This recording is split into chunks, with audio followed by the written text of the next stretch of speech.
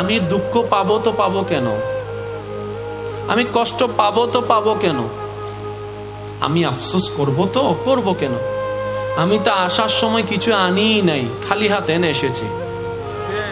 আমি আসার সময় কিছু তো আনি নাই, তো আমি হারাবো তো হারাবো কি? যা পেয়েছি সব দুনিয়ায় পেয়েছি, আল্লাহ তাআলা দান করেছেন। যা হারিয়েছি দুনিয়ায় হারিয়েছি, সুতরাং আমার হলেন আমি টেনশন করতাম। আরে আমি বান্দার চোখ বলে, পেট বলো, হাত বলো, পা বলো, চেহারা বলো, চুল বলো, একটাও তো আমার নয়, সব তো আমার রবের দেওয়া।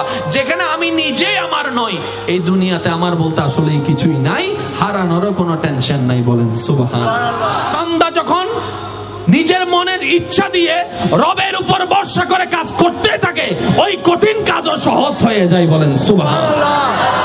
একজন মানুষ সর্বদা আল্লাহর উপর ভরসা রাখতো। সে বলতো আমার কেউ নাই, কিন্তু আমার রব আছে। সুবহানাল্লাহ। জীবনের পরিক্রমায় একটা বিপদে পড়ে একজনের কাছে কিছু টাকা সে ধার নেয় ব্যবসার কাজে। এবার ওই মানুষ তাকে জিজ্ঞেস করে, তুমি যে টাকা ধার নিচ্ছ গ্যারান্টি কোথায়? বলে যে আমার তো দুনিয়াতে কেউ নাই, তবে আমার একজন সৃষ্টিকর্তা আছে, আমি ওনাকে গ্যারান্টি রাখলাম। এই কথাটা ইউনিক লেগেছে ওনার কাছে, এত ভালো লেগেছে, উনি বলে যে ঠিক আছে যাও, আমি তোমাকে ওই সৃষ্টিকর্তার গ্যারান্টিতে টাকাটা ধার দিলাম। সুবহানাল্লাহ। কিন্তু আমাকে নির্দিষ্ট সময়ে সেই টাকাটা ফেরত দিতে হবে।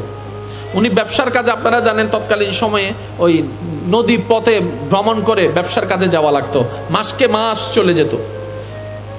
উনি গেলেন ব্যবসার মধ্যে সুন্দর করে ওই ধারের টাকা দিয়ে ব্যবসা করে ভালোই বেনিফিট করলেন, কিন্তু আসার সময় কিছুক্ষণের জন্য উনি সেই জাহাজটা মিস করে ফেললেন। এবার ওইদিকে মানুষটা অপেক্ষা করছে, সেই মানুষটা আসবে, তার পাওনা টাকা তাকে দিবে। এবার সেই আল্লাহর উপর ভরসা করা ব্যক্তিটা নদীর পাড়ে এসে একটা কাঠের উপরে ওই মুদ্রাগুলা রাখলেন, একটা চিঠি লিখে দিলেন এবং আল্লাহর নামে সেই জিনিসটাকে বাসায় দিলেন। কয়েকদিন পরে ওই মানুষটা তার অপেক্ষায় নদীর পাড়ে আসছে, দেখে যে নৌকা চলে আসছে, জাহাজ চলে আসছে, কিন্তু সে ব্যক্তি আসে নাই। এবার মনে মনে তার মনে চিন্তা আসলো, হয়তো বাটপারি করে ফেলছে, বেমানি করে ফেলছে। মানুষের যেটা ধারণা, একটু মনের কানটা লাগবে প্লিজ। অনেকক্ষণ নদীর পাড়ে বসে থেকে সে দেখলো একটা লাকড়ির কুঠুরি আসছে।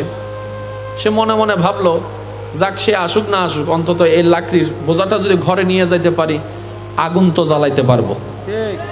সেই নিয়তে সে ওই লাকড়ির বোঝাটা নিয়ে ঘরে গেল। ঘরে যাওয়ার পরে খুলে দেখে ওইখানের ভিতরে ওই পাওনা টাকা চলে আসছে। সুবহানাল্লাহ।